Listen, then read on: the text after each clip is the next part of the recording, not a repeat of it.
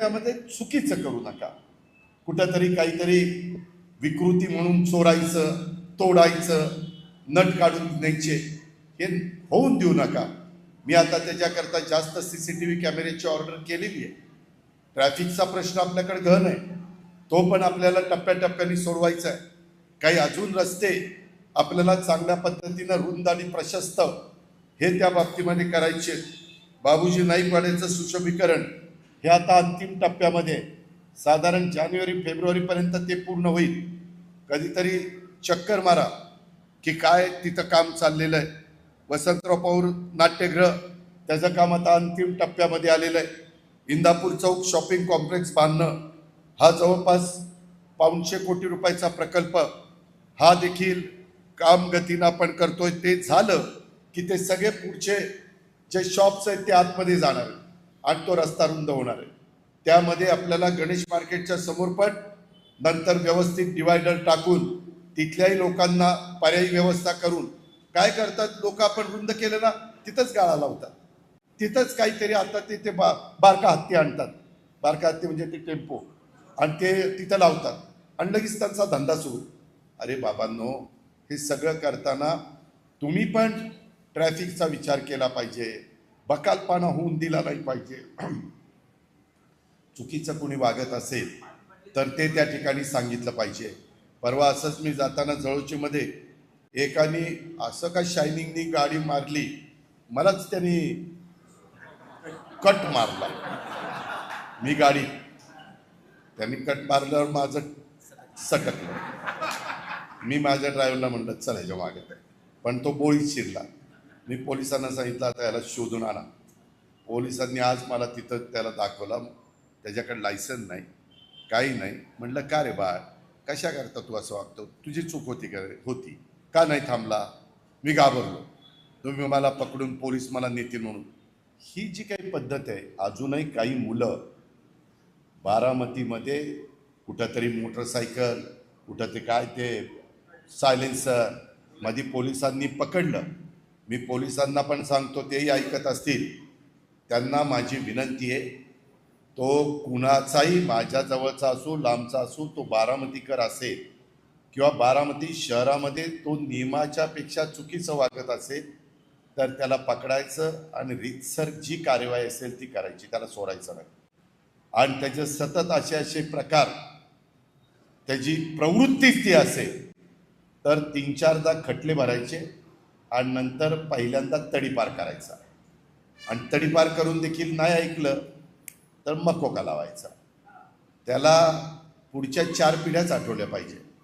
तुम्ही सर्वांनी नीट वागा, कुठंही कुणी चुकीचं वागू नका. पोलीस तुमच्याशी नीट वागतील, नागरिक तुमच्याशी नीट वागतील. पण कुणीतरी काहीतरी वेडेवाकडे प्रकार केले, जे संविधानाने सांगितलं आहे, जे कायद्याने घटनेने सांगितलं आहे, त्याच्या बाहेर जाऊन कुणी काहीतरी चुकीचं करण्याचा प्रयत्न केला तर त्याचं आम्ही खपवून घेणार नाही, आम्ही सहन करणार नाही. आम्हाला कुणालाही त्रास द्यायचा नाही. शेवटी आपल्या इथं एक चांगलं सलोख्याचं वातावरण राहावं हीच आमच्या सगळ्यांची भावना आहे. आणि त्याच्यातूनच आपल्या आता तिरंगा सर्कल ते थेट आता डायनामिक्सपर्यंत, आत्ता आपण केलं होतं ते विद्या कॉर्नर चौकापर्यंत, पण आता मी डायनामिक्सचा तो MIDCत रस्ता जातो ना तिथपर्यंत करणार आहे. तो सगळं आपण सुशोभीकरण करतोय. रस्त्याच्या दुतर्फा मोकळी जागा सुशोभीकरण करणं, त्याचबरोबर आपल्या अल्पसंख्याक समाजाच्या करता खूप चांगला नदीच्या काठाला शादीखाना बांधलेला आहे. तुम्ही कधीतरी सहज चक्कर मारा, तिथं आता उर्दू शाळेचंही काम चाललेलं आहे.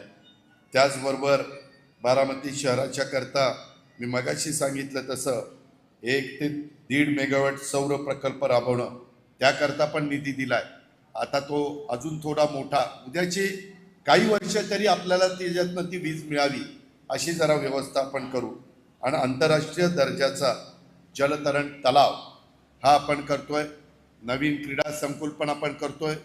जुनं क्रीडा संकुलाचं पण काम चाललेलं आहे. 5 नंबर शाळेच्या ठिकाणी आपण CBSE स्कूल करतोय.